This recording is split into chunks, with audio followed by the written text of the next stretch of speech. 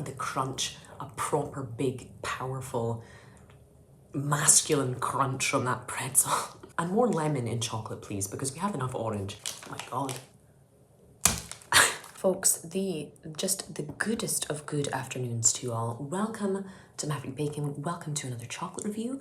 It's hot. It's like 34 degrees, but we're gonna get through this anyway. The chocolate's been in the fridge. I wish I'd been in there with it. We're talking about 3 bars from Ritter Sport, 2 of which allegedly have been around before and are back again, and 1 which is brand spanking new, and they're all funky, groovy, and hippie-esque. Today, I want to taste all 3 of these and let you know whether they're worth picking up this summer. So these bars come in 3 different flavors. We're going to start with the brand spanking new one, which is the Good Vibes Crispy Choco. We're then going to move on to the groovy crunchy pretzel and the very interesting funky white lemon. What these all have to do with each other, I don't know. What makes them groovy and funky, I know even less about, but we're going to get into them one by one and see how they are.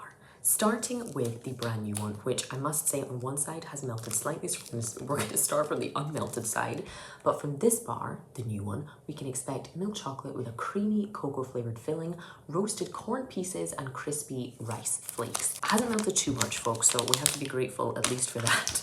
Getting into it, we can see already that there's going to be those crunchy pieces in there. The cocoa flavored filling doesn't fill me with inspiration, but let's see how it is.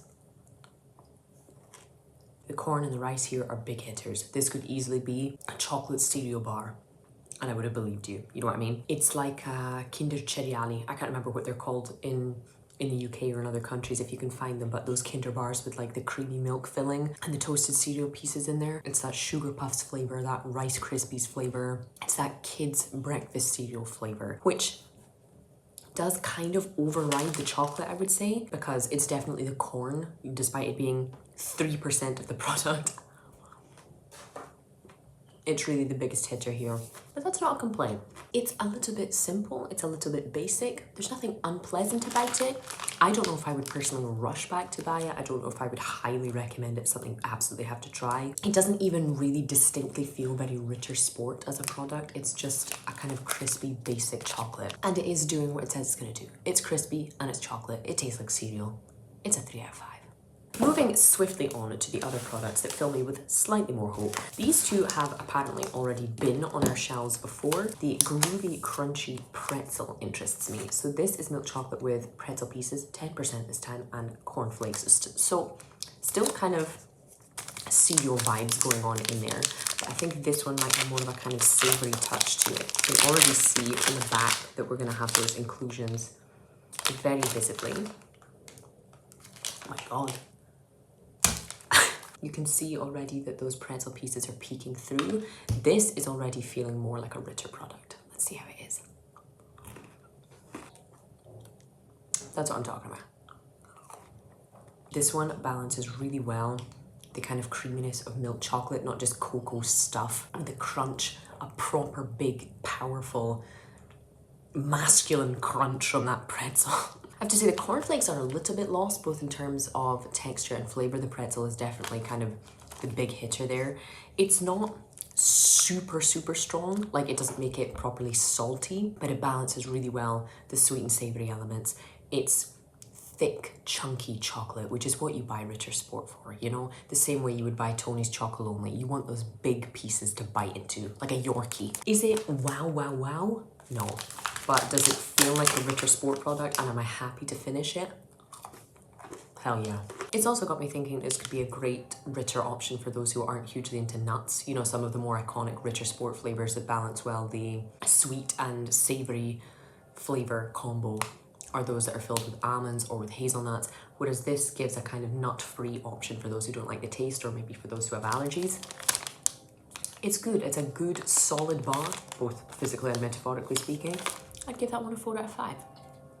And we move finally on to the funky white lemon, which I have to be honest is the one that intrigues me the most, because I thought this was just going to be a solid bar, maybe with some crispy, sugary lemon pieces or something inside, but it's an actual lemon filling, whatever that means. It both intrigues and scares me. The ingredients aren't hugely surprising. Sugar, palm oil, cocoa butter, milk powder, yogurt powder in there as well, maybe to add a little bit of balance. Some lemon oil, and some lemon juice. So I think this might be nice, having come straight from the fridge. It might be nice and refreshing, but I imagine it's going to be very sweet. Getting it open, you can see we've had a slight melting issue on the way here, and the chunks are way bigger. This is a kind of regular chunk of Ritter Sport. These instead are 9 squares instead of the usual 12. Very, very soft.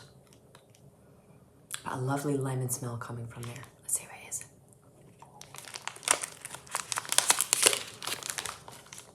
Do you know what? It's everything I expected, and for me that's a compliment. Super sweet, creamy, milky, vanilla-y, lemony, refreshing, having come from the fridge. From the freezer, this might even be good, to be honest. I do need to test that. And all of those things together, it's just nice, isn't it?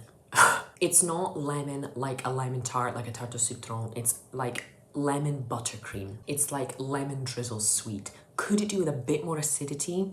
Yes, and that would make it a 5 out of 5 for me, truly. If that was a kind of tangier lemon.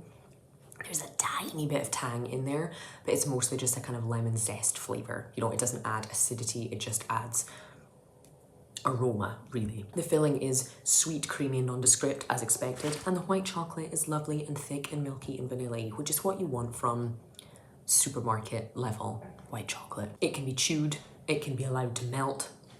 As I say, from the freezer, I think that would be really good, especially in the summer. And do you know what? It's something a little bit different. The kind of mainstream filled Ritter bars are the yogurt ones, and I think the texture is pretty similar to this. If this had more of that yogurty flavour, a bit more acidity, it would genuinely be an absolute banger. As it is though, it's a nice, sweet, creamy, inoffensive bar. It's fresh, it's something a little bit different. It's definitely a lighter way, you know, in terms of flavour profile, not in terms of anything else, to enjoy a kind of chocolatey snack when the weather's warm as it is just now. I would be happy if that stuck around in some form.